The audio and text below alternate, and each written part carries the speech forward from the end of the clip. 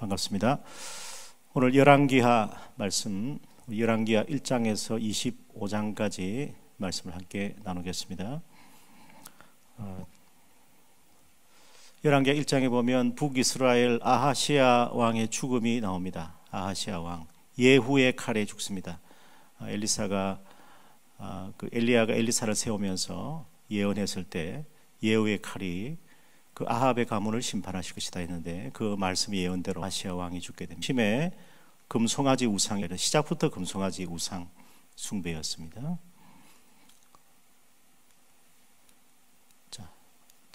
자, 넘기시면 열왕기하 2장, 우리 1장을 다시 한번 이 성경을 잠깐 보시면 엘리야와 아하시아 왕 그렇게 말씀이 되어 있습니다. 그다음 넘어가서 2장에 이제 엘리야가 하늘로 올라가는 장면이죠. 2장 1절 보세요. 2장 1절, 여호와께서 해오리 바람으로 엘리야를 하늘로 올리고자 하실 때에 엘리야가 엘리사와 더불어 길갈에서 나갔다, 그렇게 말씀을 합니다. 두 사람이 베델로 나아가는데, 여기 3절 하반절에 보니까 나도 또한 안 오니 너희는 잠잠하라. 그리고 쭉 말씀하시면서 여기 2장 6절에 보면 엘리야가 또 엘리사에게 이르되 청하건대 너는 여기 머물라, 여호와께서 나를 요단으로 보내신다. 그가 여호와께서 살아계심과 영혼이 살아있음을 두고 맹세하노니 내가 당신을 떠나지 아니하겠나이다 하는지라. 이 두 사람이 가는데 선지자 제자 50명이 멀리서 바라보며 그 두 사람이 요단가에 섰다. 그래서 8절 보십시오. 8절 같이 한번 읽겠습니다. 우리 성경 열왕기하 2장 8절 시작. 엘리야가 겉옷을 가지고 말아 물을 치매 물이 이리저리 갈라지고 두 사람이 마른 땅 위로 건너더라. 그러면서 엘리야가 엘리사에게 이르되 나는 내게서 데려감을 당하기 전에 내가 내게 어떻게 할지를 구하라. 엘리사가 당신의 성령이 하시는 역사가 갑절이나 내게 있게 하소서. 갑절의 영감, 갑절의 성령의 역사를 엘리사가 구했습니다. 그러니까 2장 10절에 엘리야가 어려운 일을 구한다. 나를 너에게서 데려가시는 것을 너가 보면 그 일이 내게 이루어지려니와 그렇지 않으면 이루어지지 아니한다, 그렇게 말씀하면서 11절에 두 사람이 길을 가며 말하는데 불수레와 불말들이 그 두 사람을 갈라놓고 엘리야가 회오리 바람으로 하늘로 올라갔다. 그때 엘리사가 내 아버지여 이스라엘의 병거와 그 마병이여 하면서 다시 보이지 아니하고, 이에 엘리사가 자기의 옷을 잡아 둘러짓고 엘리야의 몸에서 떨어진 겉옷을 주워가지고 돌아 요단 언덕에 서서 엘리야 몸에서 떨어진 그의 겉옷을 가지고 물을 치며 엘리야의 하나님 여호와는 어디 계시나이까 하고 그 물을 치매 물이 이리저리 갈라지고 엘리사가 요단을 건너갔다, 그렇게 말씀을 하고 있습니다. 그래서 엘리야가 이제 하늘에 올라가는 그런 장면, 후계자 엘리사 선지자가 계승되는 장면을 보았습니다. 3장에 가서 이제 이스라엘과 모압의 전쟁이 나오죠. 뒤에 가서 이렇게 가는구나. 열왕기하 이제 4장에 가면 수넴 여자 과부의 기름병과 밀가루, 과부의 기름 그릇, 선지자의 제자 중에 아내 중 한 여자가 엘리사에게 부르짖는데 당신의 종 나의 남편이 이미 죽었는데 당신의 종이 여호와를 경외하는 줄 아시는 바니다. 빚진 사람이 와서 체주가 와서 나의 두 아이를 데려가 그의 종을 삼고자 합니다. 엘리사가 내가 너를 위하여 어떻게 하랴? 너의 집에 무엇이 있는지 내게 말하라. 4장 2절에 보면 그가 이르되 계집종의 집에 기름 한 그릇 외에는 아무것도 없습니다. 그래서 우리 이 말씀 잘 알죠, 그죠? 그래서 밖에 가서 모든 이웃에게 그릇을 빌리고 빈 그릇을 조금 빌리지 말고 많이 빌려라, 그렇게 하면서 이제 너는 두 아들과 함께 들어가서 문을 닫고 그 모든 그릇에 기름을 부어 차는 대로 옮겨 놓으라.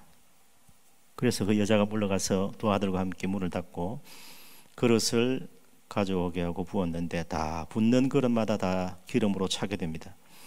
그러니까 더 이상 담을 그릇이 없으니까 기름이 곧 그쳤다, 그렇게 말씀하죠.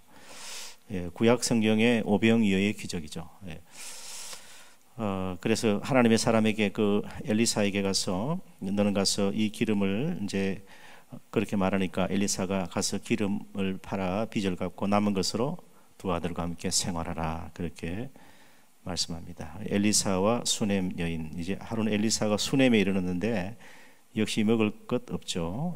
그래서 음식을 먹으라 그래 들어갔는데 쭉 이제 말씀이 기록되어 있고, 여기서 여기 엘리사가 그 방에 들어가 누웠는데 사환 게하시가 있다. 게하시가 쭉 말씀해 보니까 여기 4장 16절에 엘리사가 이르되 한 해가 지나 이때쯤에 너가 아들을 안으리라. 역시 하나님의 말씀대로 여자가 잉태해서 1년이 지난 후에 엘리사가 그 여자에게 말한 대로 아들을 낳았다. 그렇게 말씀을 하고 있습니다. 그래서 이 4장 기름병과 밀가루가 그치지 않고 아들을 얻게 되는 그런 장면을 볼 수 있고, 우리 열왕기하 5장은 여러분 잘 알죠. 저기 나와 있는 대로 아람의 군대 장관 나아만이 그 나병에서 고침받는 장면이죠. 저 이제 강물이 요단 강이죠. 아람 나라의 그 충성된 아주 용맹스러운 군대 장관 나아만입니다. 전쟁에 많은 공을 세우고 아주 용맹무쌍한 사람이었지만은 나병에 걸렸습니다. 나병은 뭐 지금은 그런 병이 거의 없다 하지만은 그 고대 사회에는 나병은 거의 천병으로 불릴 정도로 치료가 불가능한 병이었습니다. 그래서 5장 여러분 1절에 보면 아람 왕 군대 장관 나아만은 주인 앞에 크고 존귀한 자다.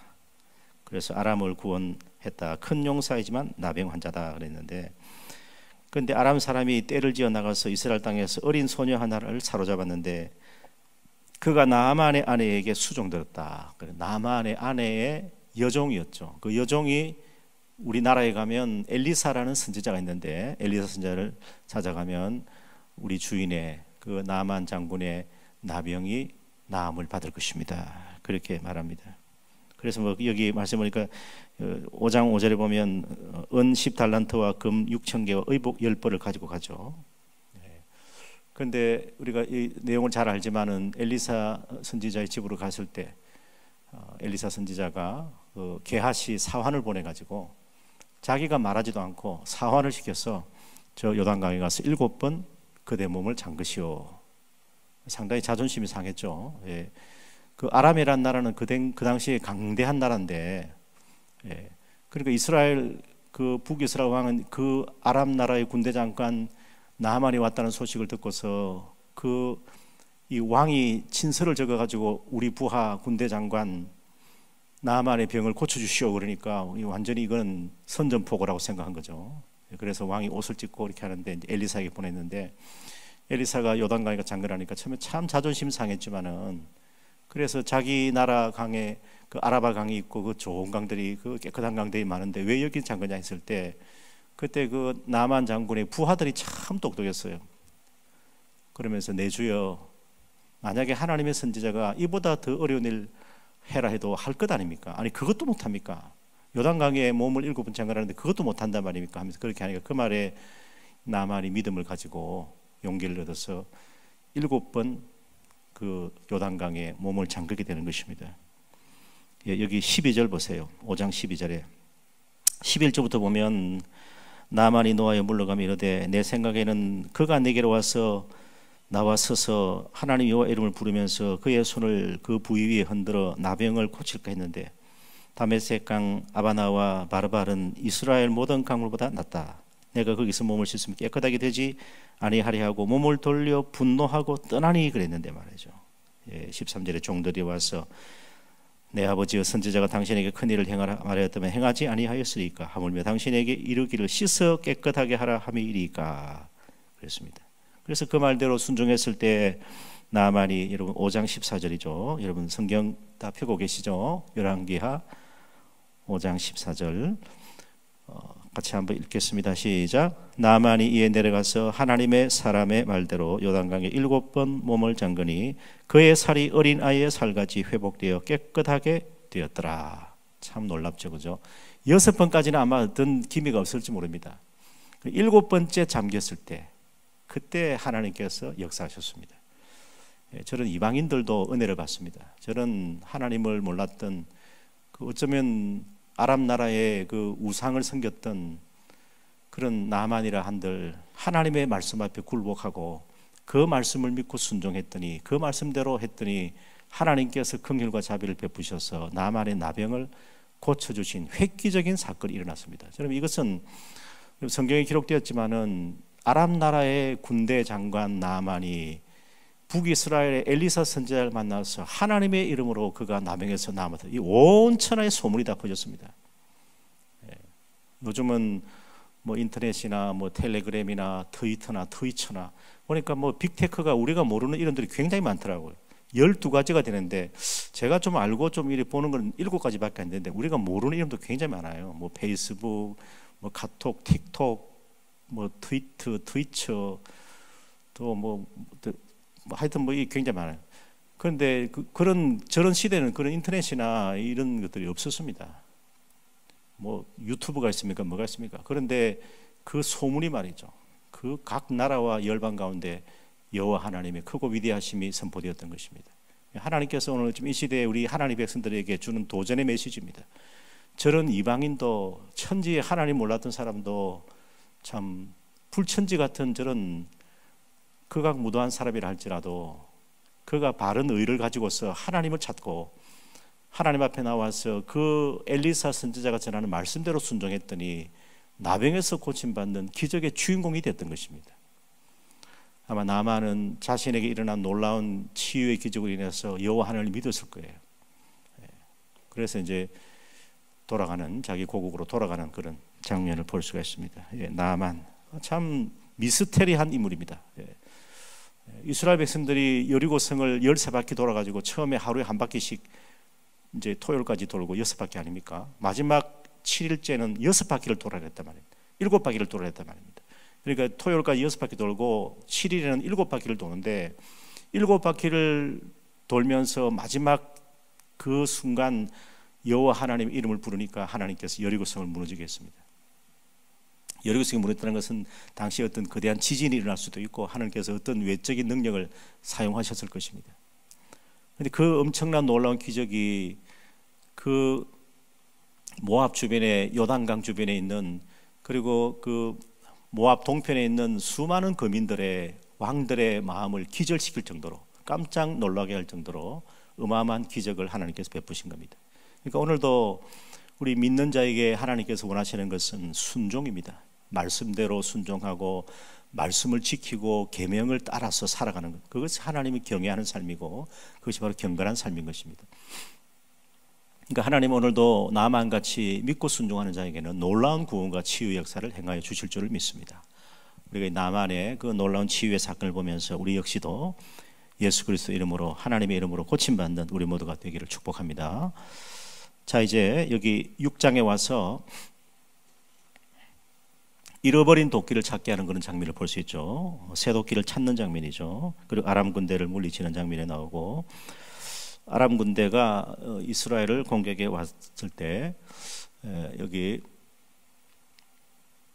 6장 나오는 말씀인데 여기 말씀에 보면 6장 24절 보면 아람 왕 벤하닷이 그의 온 군대를 모아 올라와서 사마리아를 에워쌌는데 아람 사람이 사마리아를 에워싸므로 성중이 크게 줄여 나귀 머리 하나에 은 80세겔 비둘기똥 4분의 1 값에 은 5세겔 비둘기똥은 이제 불을 밝혀야 되니까 길은 어려운 가운데 있었을 때 하나님께서 그 사마리아를 그래도 보호해 주십니다. 그 앞에 어떤 사건이 있냐면 그 엘리사가 이 성읍 여기 6장 19절에 보면 엘리사가 이는 그 길이 아니요 이는 그 성읍도 아니니 나를 따라오라 내가 너희를 인도하여 너희가 찾는 사람에게로 나아가리라 하고 그들을 인도하여 사마리아에 이르니라.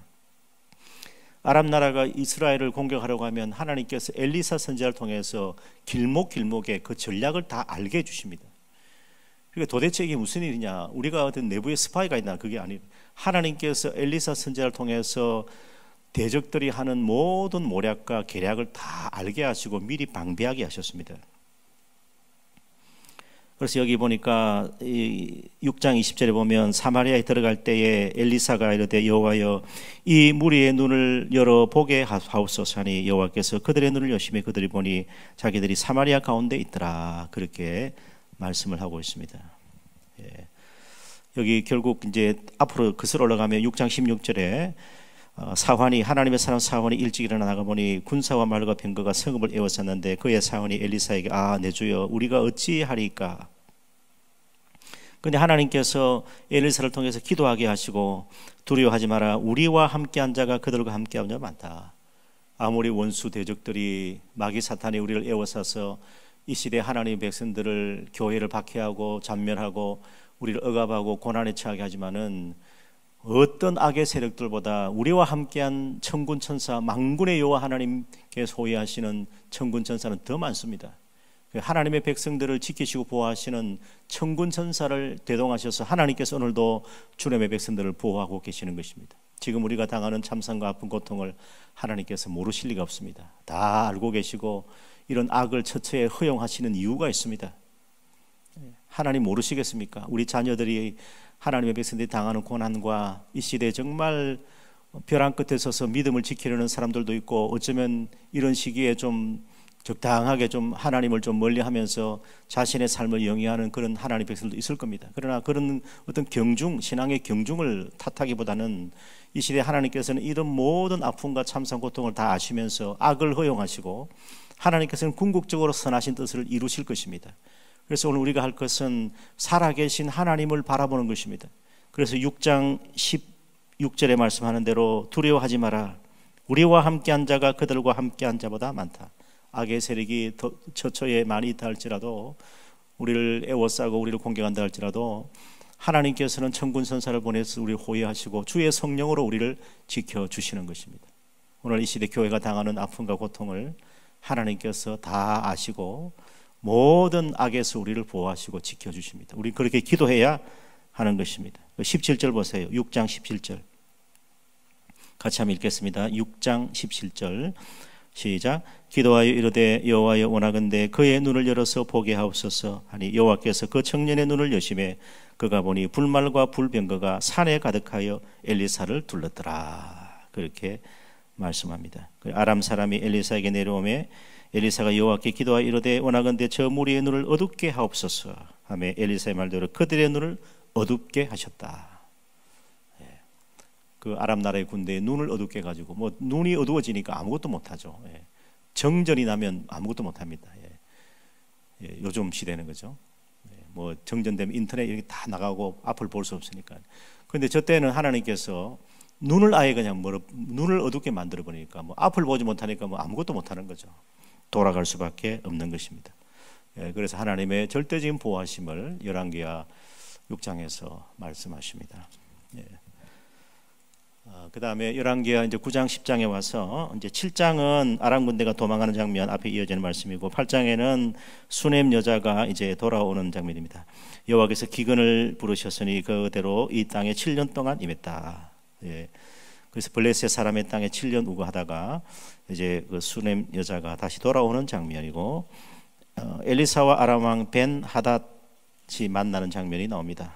그다음 그 당시에 이제 이게 열왕기가 조금 어려운 이유가 이 북이스라엘의 19왕과 남유다의 20왕 사이를 왔다 갔다 합니다.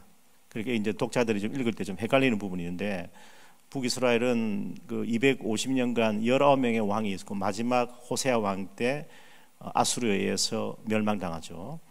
그리고 남유다는 20명의 왕인데 350년. 그래서 이 왕이 왔다 갔다 하는데 좀 헷갈릴 수가 있습니다. 그러나 잘 보시면 참 이 시대에 우리에게 주는 하나님의 절대 주권과 하나님의 통치하심과 하나님의 백성을 보호하시고 악의 세력을 멸하시는 하나님의 그 구원의 능력을 볼 수가 있어요. 그래서 9장에 와서는 예후가 이스라엘 왕이 되는 장면입니다. 그 앞에 이제 유다 왕 8장 25절 보세요. 유다 왕 아하시아가 왕이 됩니다. 그 다음에 그 8장 16절에는 유다 왕 여호람이 또 왕이 됩니다. 여호람. 그리고 유다 왕 아하시아가 왕이 되고 그리고 여기 9장 1절에 보면 예후가 이제 이스라엘 왕이 되는 그런 장면이 나오고 있고 그리고 이스라엘 왕 요람이 이제 살해되는 장면 9장 14절에 이렇게 말씀이 이어지고 있습니다. 유다 왕 아하시아 역시 살해되고 이세벨 왕후가 역시도 살해되는 하나님께서 아합의 가문 그 가문을 다 하나님께서 심판의 칼로 책벌하시는 것을 볼 수가 있습니다.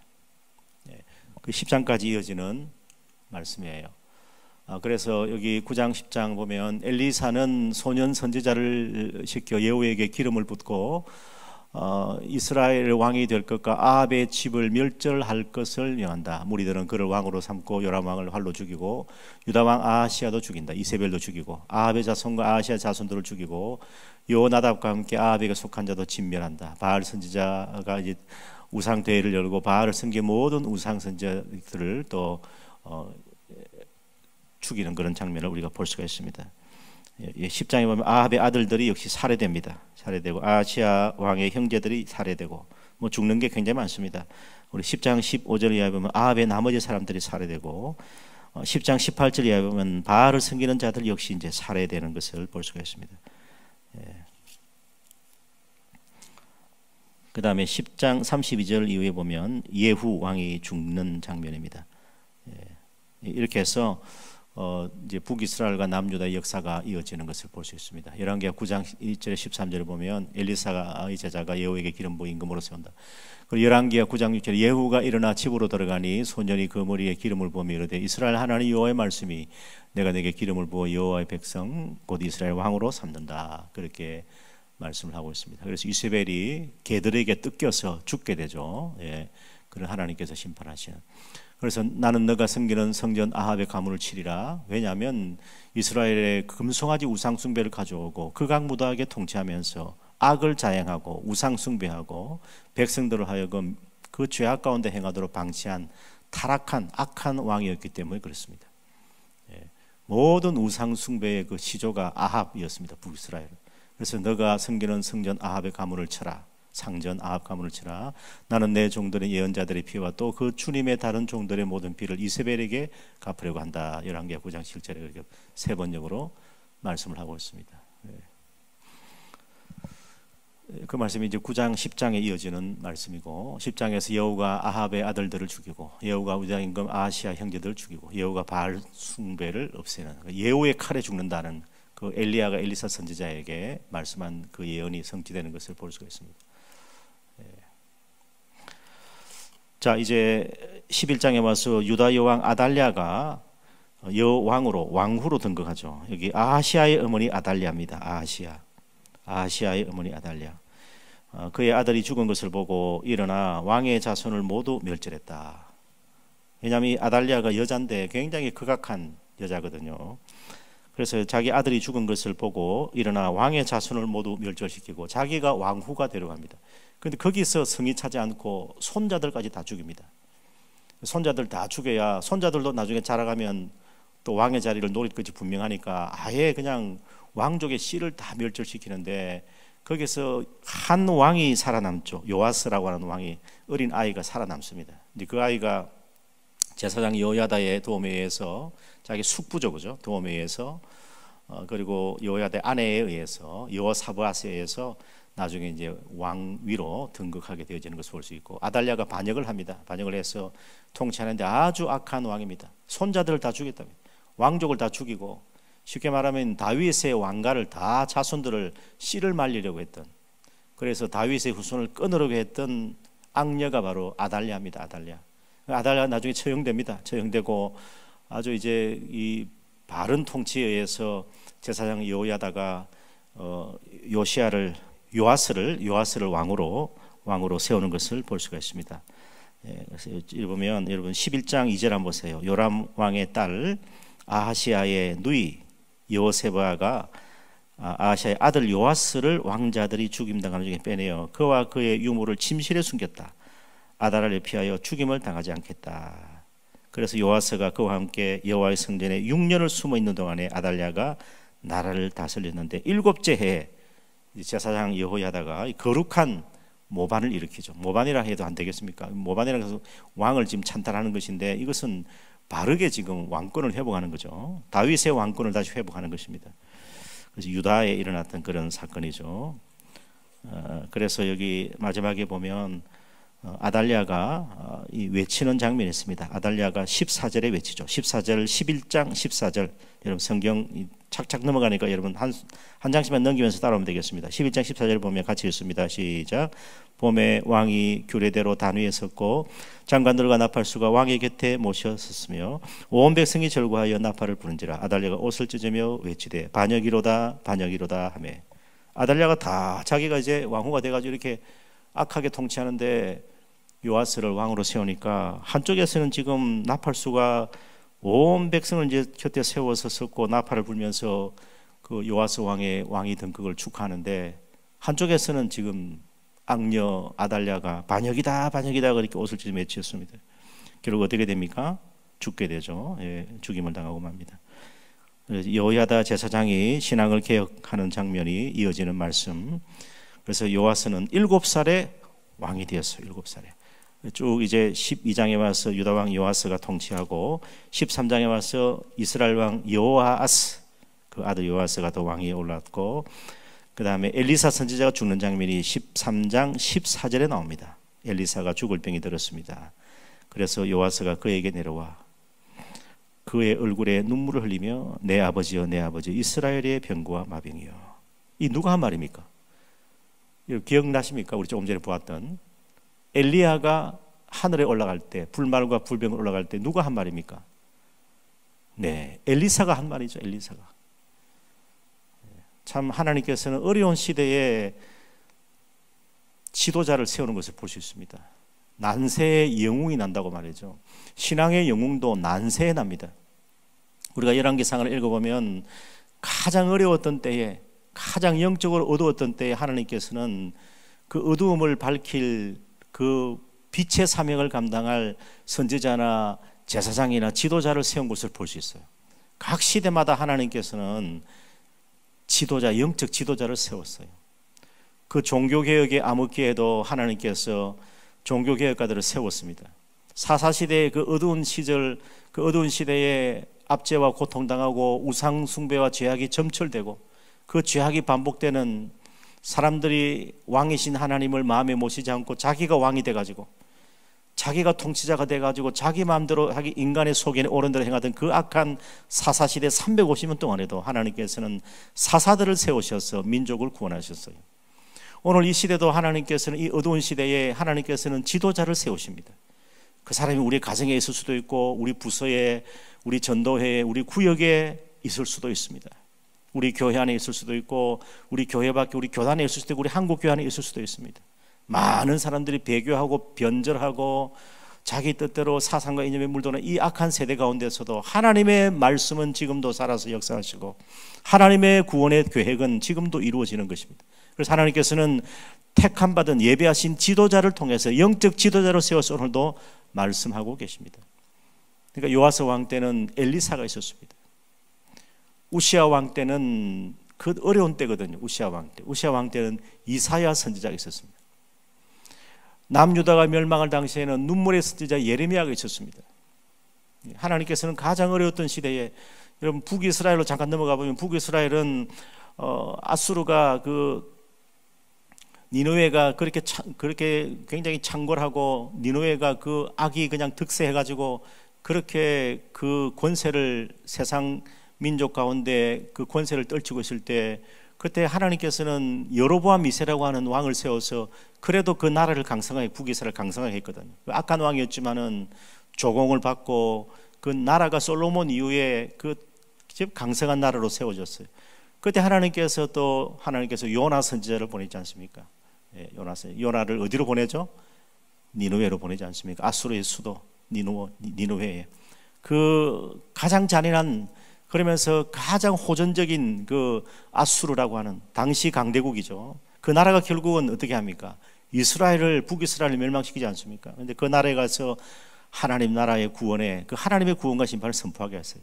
그러니까 하나님께서 시대마다 하나님의 지도자를, 영적 지도자를 세워서 하나님의 구원을 전하게 하십니다.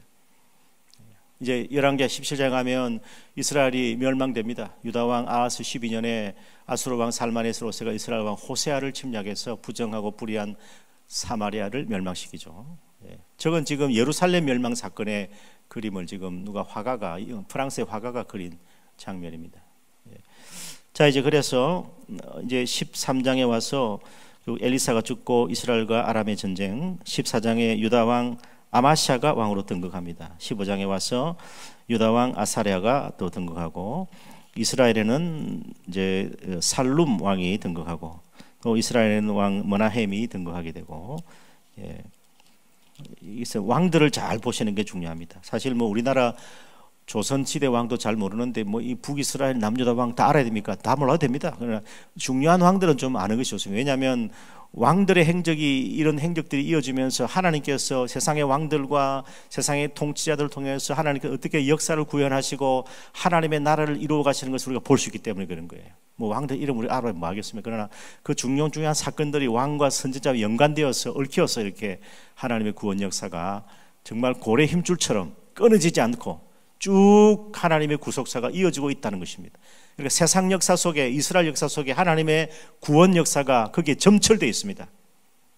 이 이스라엘 역사인데 이거 우리하고 무슨 관계가 있어요? 그런데 이스라엘 역사지만 이스라엘 역사 속에 하나님의 구원 역사가 도도하게 구원의 강물이 흐르고 있다는 것입니다. 우리는 그것을 발견해야 하는 것이죠. 그래서 앞에 제가 말씀드렸지만 14장 23절에 보면 북이스라엘 왕 여로보암 2세가 나옵니다. 여로보암 2세. 악을 행했죠. 모든 죄에서, 느바세 아들 여로보암의 모든 죄에서 떠나지 않았다. 1세가 그랬는데 2세도 뭐 뻔할 뻔짜입니다. 부전자전 악행을 거듭했는데, 그런데 25절에 보면 14장 25절 이스라엘의 하나님 여호와께서 그의 종 쭉 나오면서 아미떼 아들 선지자 요나를 통해 하신 말씀같이 여로보암이 이스라엘 영토를 회복하고 하맛 어기부터 아라바 바다까지 했다. 북이스라엘은 여로보암 2세 때 나라가 한번 반짝 강성했습니다. 그때가 절정이었어요. 절정. 그때부터 끊임없는 쇠락과 퇴락으로 북이스라엘은 멸망의 길로 갑니다. 어떻게 보면 우리나라도 1986년, 이건 제가 뭐 시대적인 이야기 잠깐 하겠습니다. 1988년에 우리가 올림픽 했잖아요. 올림픽 그때가 경제가 정말 수출도 못하고 어려웠던 시대에 그 1988년에 올림픽 이후에 말이죠. 그 아시안게임 86년하고 88년에 올림픽 이후에 그때 90년대 초에 절정으로, 그때 교회도 그때까지는 성령의 바람이 불고 쫙 올라갔다가 그 다음부터 이렇게 최고조로 올라갔다가 그때 잘해야 되는데, 영토가 회복되고 나라가 회복되고 강성할 그때 잘해야 되는데, 그때 겸손하게 하나님 은혜를 구하고 무릎 꿇고 겸비해야 되는데, 그때 교만하면 그냥 그때부터 쇠락하게 되는 것입니다. 북이스라엘도 남유다는 우시아 왕 때 강성했습니다. 우시아 왕 때 강성했어요. 그래서 조공을 받고 영토를 확장하고 잃었던 땅을 다시 차지하고 회복하고 전쟁에 승리했습니다. 그때 잘해야 되는데 우시아 왕이 또 어떻게 했습니까? 자기가 왕이지만은 제사장은 아니지 않습니까? 왕이면 왕이지, 왕만 잘하면 되지. 자기가 제사장들이 만류함에도 불구하고 향로를 들고 향불을 들고 그 성전 안에 들어갔다가 나병이 들고 말지 않습니까? 그래서 이사야 6장에 보면 우시아 왕이 죽던 해 내가 보니 이사야 선지자의 그 하나님의 소명 사건을 볼 수 있는데, 그래서 이 이사야 선지자가 부르심 받았던 그때가 우시아 왕이 별궁에서 이제 나병이니까 이제 왕의 그 직무를 감당하지 못하고 별궁에 가는데 거기 죽던 해입니다. 나병으로 죽지 않습니까? 제사장들이 만류하고 말렸음에도 왕의 역할만 하면 되지 왜 제사장을 하려고? 제사장은 우리 제사장 아론 지파가 하는 것인데 그 영적 질서와 권위를 무시하고 달라들다가 그냥 막 큰 호되게 하나님의 징벌을 당하게 되죠. 하여튼 그때가 남유다는 우시아 왕 때가 제일 또 전성기였습니다. 하여튼 그때 잘했어야 되는데 그때부터 또 나라가 유다가 쇠락하는 것을 볼 수가 있는 것입니다. 15장에 와서 유다 왕 아사랴, 이제 이스라엘 왕 살룸, 머나헴 이스라엘 왕이 나오고, 그 다음에 이스라엘 왕 브기히야 뭐 이런 왕들이 나오고, 유다 왕 요담, 16장에 와서 유다 왕 아하스, 17장에 와서 이스라엘 왕 호세아입니다. 호세아. 이제 여기 이제 나라가 멸망하는, 북이스라엘 멸망하는 사건이고, 아수르 왕이 사마리아를 이제 치는 장면입니다. 아수르 사람들이 사마리아에 거주하죠. 그래서 이제 우리 신약 시대 와서 이스라엘 백성들이, 유다 백성들이 그 사마리아 사람들을 멸시한 이유가 뭡니까? 이때 이제 아수르가 와서 거주하면서 혼혈이 되어지고 말이죠. 그 이민족에 의해서 질팔혀 가지고 그냥 신앙도 그리고 혈통도 민족적인 그 어떤 순수성도 다 잃어버렸기 때문에 그래서 그 유대인들이 사마리아 사람과 상종도 안 하는, 그게 여기서부터 뿌리가 나오는 거죠. 예. 아수르 사람들 사마리아 거죠. 18장에 와서 유다 왕 이제 히스기야. 그래서 북이스라엘과 남유다 왕이 왔다 갔다 하니까 이게 막 이제 우리가 좀 보면 헷갈리는 경우가 있습니다. 근데 잘 맥을 잡으면 됩니다. 나중에 뒤에 왕들의 그 쭉 연대표가 나오거든요. 그때 살펴보겠습니다. 18장에 와서 아수르 사람들이 예루살렘을 위협하고 히스기야가 그때 기도하죠. 히스기야가 기도해서 하나님의 구원을 받는 걸 볼 수 있습니다. 그래서 이제 이 역사서의 특징적 시대 구분은 분열 왕국 시대, 이제 포로 왕국 시대, 회복 왕국, 이렇게 이제 뭐 꼭 시대라고 말하기보다는 분열 왕국, 포로 왕국, 회복, 이렇게 볼 수가 있는데 열왕기상 12장부터 역대까지 이어지는 장면입니다. 에스라, 느헤미야, 에스더 해서 이제 회복 왕국, 포로 귀환 순서죠. 에스라가 1차 포로 귀환, 느헤미야 2차, 에스더. 저렇게 이제 이어지는 걸 볼 수 있습니다. 그래서 열왕기 상하, 역대 상하, 에스라, 느헤미야, 에스더의 역사서는 두 왕국으로 분열. 그래서 아수르에 의한 북이스라엘의 멸망과 남유다의 바벨론 포로 생활, 그리고 스룹바벨, 에스라, 느헤미야를 통한, 그죠? 스룹바벨, 에스라, 느헤미야를 통한 그 포로 귀환을 통한 성전 재건과, 그리고 스룹바벨을 통한 또 성전 재건, 그리고 느헤미야를 통한 성벽 재건하는 그런 장면들 볼 수 있어요. 그리고 에스더 왕비를 통해 페르시아 바사 제국에서 유대인들이 생존하는 사건들이 기록이 되어져 있습니다. 예. 스룹바벨, 에스라, 느헤미야 이렇게 말씀을 하고 있습니다. 예. 아수르 제국 결국 이제 포로 생활이라는 것이 저 이제 사마리아가 함락되면서 저 아수르에 이제 또 포로로 끌려가고, 또 주전 586년에 예루살렘에서 또 예루살렘 성이 멸망당하면서 저 바벨론으로 포로를 끌려가는 그런 장면의 저기 한 900km 정도 됩니다. 직선거리로. 예, 저 땅을 옛날에 누가 먼저 왔죠? 아브라함이 왔죠. 아브라함이 저 갈대아 하란, 갈대아 우르에서 그 하나님의 말씀을 따라서 가나안 땅으로 들어왔죠. 열왕기하 18장 입장에 보면 유다왕 히스기야의 통치, 아수르의 침략과 히스기야의 기도가 있죠. 예. 18만 5천 대군을 이끌고 이제 북이스라엘을 멸망시킨 아수르가 살마네셀 5세에 와서 어떻게 합니까? 내친 김에 남유다까지 공격을 합니다. 물론 북이스라엘은 주전 722년에 멸망했죠. 주전 북이스라엘은 주전 722년. 남유다는 세 번의 침략을 받습니다. 누구한테? 바벨론에게. 바벨론의 느부갓네살이라는 왕인데, 이 사마리아가 이제 함락되면서, 사마리아 성이 함락되면서 멸망하죠. 북이스라엘이 먼저 멸망합니다. 하고 남유다는 이제 주전 586년인데 느부갓네살은 1에서 3번 침략합니다. 1차 침공은 605년이에요. 2차 침공은 597년입니다. 3차 침공은 586년이에요. 그래서 1차 침공 때 누가 포로로 끌려가죠? 다니엘과 세 친구예요. 다니엘. 마지막 왕이 시드기야 왕 아닙니까? 그죠? 시드기야. 두 눈 뽑히고 그 왕 앞에서 자기 자식들 칼로 쳐서 죽입니다. 얼마나 비참합니까? 끌려갔습니다. 다니엘과 세 친구 선지자 끌려갔고, 597년에 에스겔 선지자 끌려가서 을레강에서 하나님의 예언의 계시의 말씀 적은 것이 에스겔서죠. 에스겔서. 그리고 이 1차 이 침공 때부터 나라가 멸망할 당시에 활동했던 선지자는 누굽니까? 예레미야입니다. 예레미야 선지자. 예레미야 선지자는 눈물의 선지자로 멸망당할 도성을 향해서 하나님의 말씀을 외쳤습니다. 회개하면 하나님께서 이 땅을 회복시키신다. 하나님의 징벌의 매를 받으라. 항복하라 바벨론에. 그런데 그때 시드기야나 이런 왕들은 친애굽 정책을 쓰죠. 애굽의 도움을 요청합니다. 안 되죠. 애굽은 벌써 훨씬 이전에 아수르가 일어나기 전에 강대국이었습니다. 그런데 애굽에서 아수르가 이제 강대국이 되다 이제 이것도 다 멸절됩니다. 신흥 북방 세력이 바벨론이거든요. 바벨론이 일어나서 이거 다 아수르 이 애굽은 아수르에서 벌써 징벌당하고, 예, 나라가 끝나버렸죠. 예, 바벨론. 그다음 이 바벨론 다음에 메데바사라는 나라. 다섯 번째로 메데바스 이후에 바사가 어디입니까? 이란이죠. 이란. 지금 이란. 아수르는 어디입니까? 이라크입니다. 이라크. 지금 아주 악하고 호전적입니다.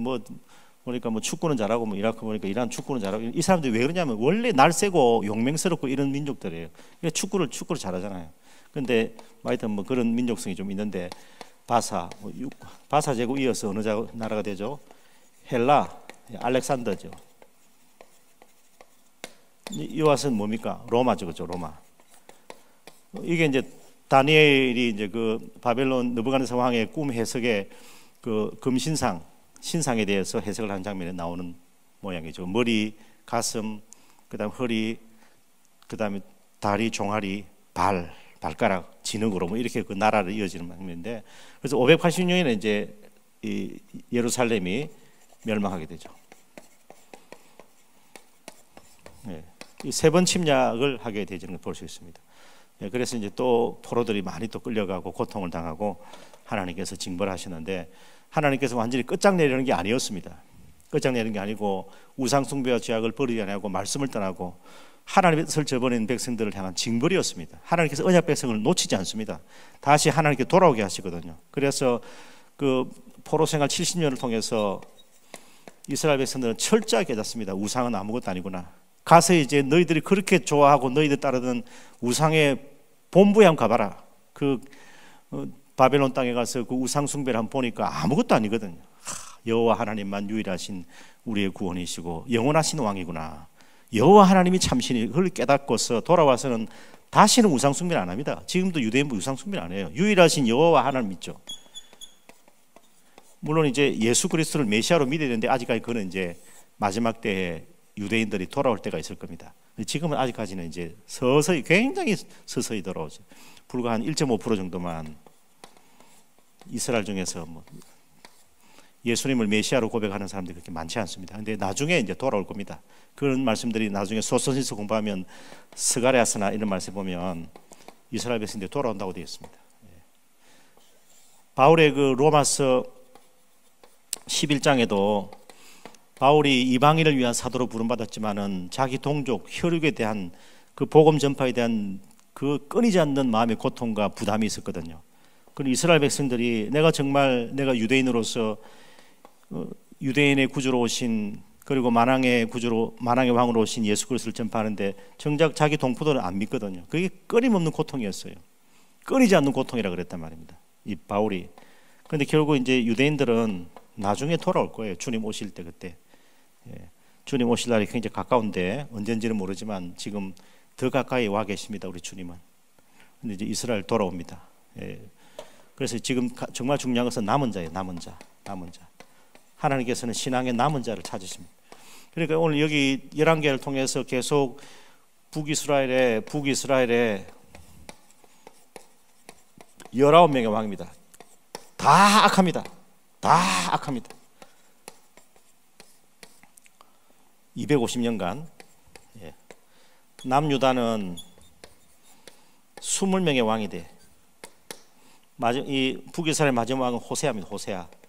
호세아고 남유다는 남유다의 마지막 왕은 시드기야 왕인데,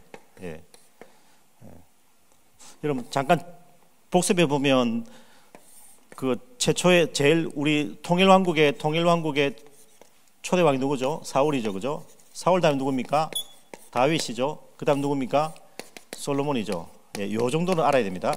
그 다음에 여기서 이제 나라가 10지파와 2지파로 나눠지죠. 10지파는 북이스라엘, 에브라임, 므낫세 쭉 나갑니다. 2지파는 유다와 베냐민입니다. 그래서 솔로몬의 아들이 여기 유다 왕으로 이어집니다. 르호보암이죠. 르호보암이 이제 2지파의 왕이 되고 남유다가 되고, 여로보암이라는 사람이 북이스라엘의 초대 왕이 돼요. 북이스라엘에. 그런데 여로보암 때부터 호세아까지는 타락과 악의 역사입니다. 다 악했습니다, 왕들이. 남유다는 그 사이사이에 그래도 좀 선한 왕들이 좀 몇 사람 있었어요. 뭐 대표적인 왕이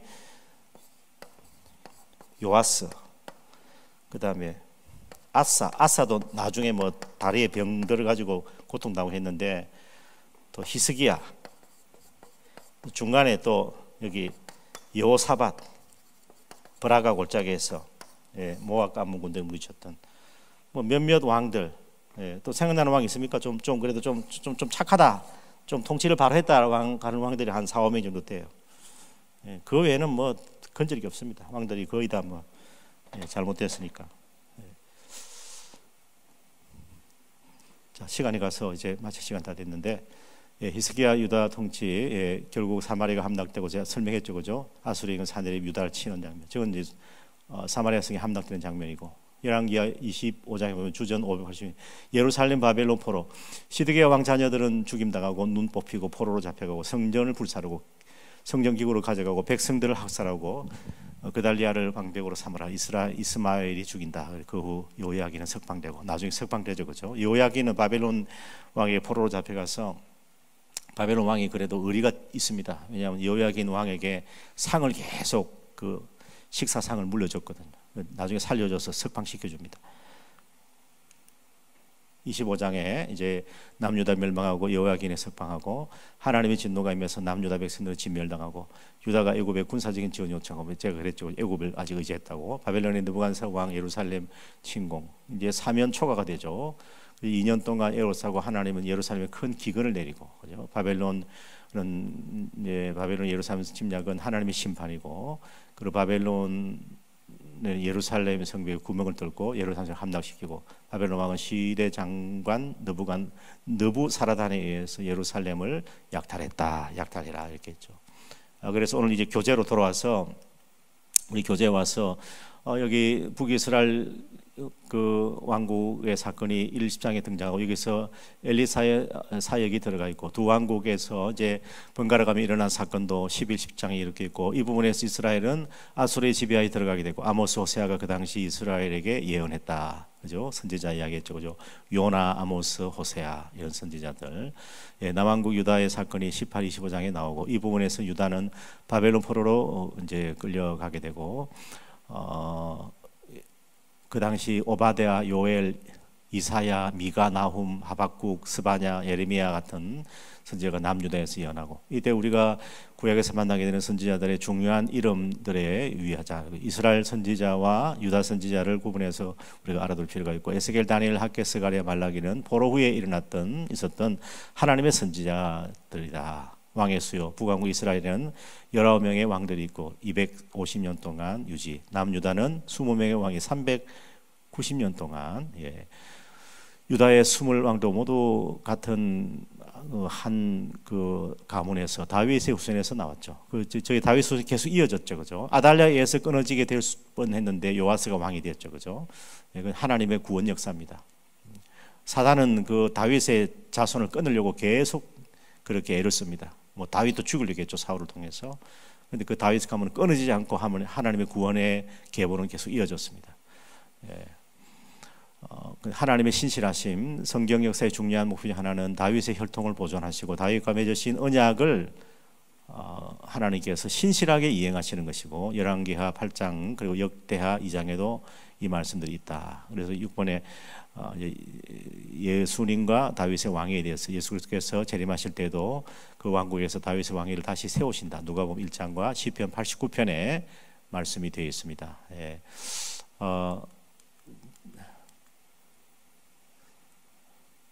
여기 말씀이 있죠. 열왕기하 8장에 여호와께서 그종 다윗을 위하여 유다를 멸하기를 즐겨하지 아니하셨다. 이는 그와 그의 자손에게 항상 등불을 주겠다고 말씀하셨기 때문에, 역대 2장에도 21장에도 여호와께서 다윗의 집을 멸하기를 즐겨하지 아니하셨다.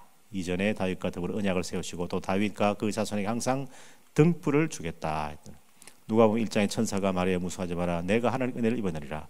보라, 내가 잉태의 아들을 낳으리니 그 이름을 예수라 하라. 그가 큰 자가 되고 지극히 높으신 아들이라 일컬어질 것이고, 주 하나님께서 그종 다윗의 왕위를 그에게 주시니니 영원히 야곱의 집을 왕으로 다스릴 것이며 그 나라가 영원 무궁하리라. 그렇게 말씀을 했죠. 그래서 앞에 그 왕 솔로몬, 르호보암, 여로보암, 이렇게 해서 르호보암은 남유다, 여로보암은 북이스라엘로 이렇게 연결되고 아사 왕제가 얘기하죠. 이세벨, 그죠? 이세벨은 아합의 부인이죠, 그죠? 그래서 아합과 이세벨이 모든 북이스라엘의 우상 숭배의 원조가 됩니다. 원조. 여로보암은 이제 북이스라엘의 왕이었고 초대 왕 시작 왕이었고 르호보암은 남유다의 왕이었다. 그 다음에 여호사밧 왕, 이제 남유다 이야기했죠. 좀 그래도 선한 왕이었다. 엘리야 선지자가 있었고, 열왕기에 와서 이제 호세아 왕이 마지막 때 엘리사 선지자가 있었고, 이스기야 이제 남유다의 왕이고, 요시야 왕이 있고, 요시야 왕은 화살에 맞아서 결국 나중에 전사하게 되죠. 마지막 왕은 시드기야 왕이죠, 그죠? 시드기야 왕. 그래서 이제 왕위가 이렇게 이어지는 것을 볼 수가 있습니다. 쭉 그 활동했던 그 선지자들의 지역이죠, 지역명. 왕에 대해서 제가 쭉 말씀을 드렸는데 19명의 왕과 20명의 왕들에 대한 저기 보면 북이스라엘의 13대 왕 여로보암 2세가 보이죠. 13대 왕. 저때가 전성기입니다. 저때 잘했어야 되는데 저때 뭐 조공도 받고 영토가 하맛 어기까지 확장되는 때였습니다. 남유다는 10대 왕입니다. 10대 왕 우시아 왕 때가 강성했습니다. 그리고 쭉 계속 그냥 절벽으로 떨어집니다. 나락으로 떨어집니다. 18대, 19대, 20대 1차, 2차, 3차 침공에 의해서 605년, 597년, 580년 제가 적어놨 데 있죠, 그죠? 그렇게 해서 연결이 될 겁니다. 말씀 읽었고 이제 시편 89편에 하나님께서 그의 자손이 내 법을 버리며 내 규례대로 행하지 않으면 내 율례를 깨뜨리며 내 계명을 지키지 아니하면 회초리로 그들의 죄를 다스리고 채찍으로 죄악을 벌할 것이다. 그러나 나의 인자함을 그에게서 다 거두지 않고 나의 성실함도 피하지 아니한다. 언약을 깨뜨리지 않고 입술에서 낸 것은 변하지 아니한다. 하나님의 거룩함으로 한 번 맹세하신 자 다윗에게 거짓말을 하지 아니한다. 그의 우선이 장구하고 그의 왕위는 해같이 내 앞에 항상 있고 또 궁창의 확실한 증인이 달같이 영원히 경고하게 되리라. 이 약속이 누구를 통해서 이루어집니까? 예수 그리스도를 통해서 이루어지는 겁니다. 예수 그리스도를 통해서. 그래서 사도행전 2장에 보면 베드로가 오순절 성령 강림 이후에 성령 충만해서 많은 디아스포라 이제 흩어진 유대인들이 다시 10개국의 나라 유대인들이 유월절을 지키기 위해서 돌아왔지 않습니까? 예루살렘. 그때 외친 설교, 형제들아 내가 조상 다윗에 대하여 담대히 말한다. 다윗이고 장사될 그 묘가 오늘까지 유중에 있다. 그는 선지자라 하나님이 이미 명사하사 그 자손 중에서 한 사람을 그 위에 앉게 하심을 알고 미리 본 거로 그리스도의 부활을 말하되 그가 음부에 버림받지 않고 그의 육신이 성임을 당하지 아니하시리라. 그 한 사람 다윗의 손으로 오실 예수 그리스도의 구원의 언약을 이루기 위해서 하나님께서는 신실하게 맹세하신 말씀대로 이루셔서 다윗의 약속대로 하나님의 구원자, 우리의 구원자로 예수 그리스도를 보내신 겁니다. 그 말씀이고 이제 구조를 통해서 우리 열왕기를 읽고 왕들과 선지자들의 그런 국면들을 살펴볼 필요가 있다. 하나님 앞에서 그들이 어떻게 살았는가? 그 성경 쭉 읽다 보면 그들이 다윗의 열조로 들어갔다는 것과 그냥 죽었다는 건 천지차이입니다. 죽어서 다윗의 그 뼈에 같이 묻히는, 다윗의 뼈 위에 같이 얹히는 그런 장면들, 그런 장면들을 다 꿈꾸면서 왕들은 살았습니다. 그러나 패역하고 우상 숭배하고 죄악 가운데 백성들을 방치하고 패역하게 했을 때 그 왕들은 그냥 죽어버리는, 열조에 묻히지 못하는, 다윗의 그 묘실에 뼈에 함께 묻히지 못하는 그렇게 비참한 말로를 겪게 되죠. 그래서 제가 앞에 말씀드렸듯이 남유다는 10대 왕 우시아 왕 때, 북이스라엘 13대 왕 여로보암 2세 때, 그때가 전성기였어요. 요즘으로 말하면 그 코스피가 2,000막 이상 올라가면서 그 최종가를 달릴 때, 경제적으로도 부흥하고 그게 잘 될 때, 그때 우리가 잘해야 된다. 그때 우리가 하나님 앞에 겸비하고 회개하고 하나님의 도우심 구하며 교회가 겸손하고 이웃을 돌아보고 복음을 전하고 그렇게 주님 나라 위해서 우리가 교회가 일어서야, 그래 교회가 바르게 됩니다. 그래야 교회가 바르게 돼야 세상이 바르게 되고, 하나님께서는 이 세상에 지금 이 어려움과 아픔을 주신 것은 교회를 회복시키시고 하나님의 백성들을 지금 돌아오게 하기 위해서 하시는 역사라고 저는 믿습니다. 하나님 우리 고통과 아픔을 다 보고 알고 계십니다. 그렇지만은 이 모든 악을 허용하신 것은 이 마지막 때 하나님의 뜻이 있습니다. 우리는 그 하나님의 뜻을 우리가 찾고 구하면서 겸비해서 두 손 들고 천부의 의지 손 들고 믿으라고 주님의 이름을 부르며 나갈 때 하나님께서 우리에게 긍휼과 자비를 베푸시고 회개의 영을 부어주시고 간구케 하시고 기도하게 해서 우리 나라와 민족 이 세계를 하나님 살려주실 겁니다. 우리의 구원은 예수 그리스도 만군의 여호와 하나님의 힘을 믿고 주님을 바라보면서 이 어려운 시대에 이 코로나 세상에서 우리의 구원자 되신 예수님의 또 의지하고 담대한 믿음으로 십자가 붙잡고 승리하는 우리 주님의 언약 백성들, 우리 하나님의 나라의 우리 귀한 일꾼들이 되시기를 주님의 이름으로 축복합니다. 아멘. 수고하셨습니다. 주기도문 드리겠습니다. 하늘에 계신 우리 아버지여, 이름이 거룩히 여김을 받으시오며 나라가 임하시오며 뜻이 하늘에서 이루어진 것 같이 땅에서도 이루어지이다.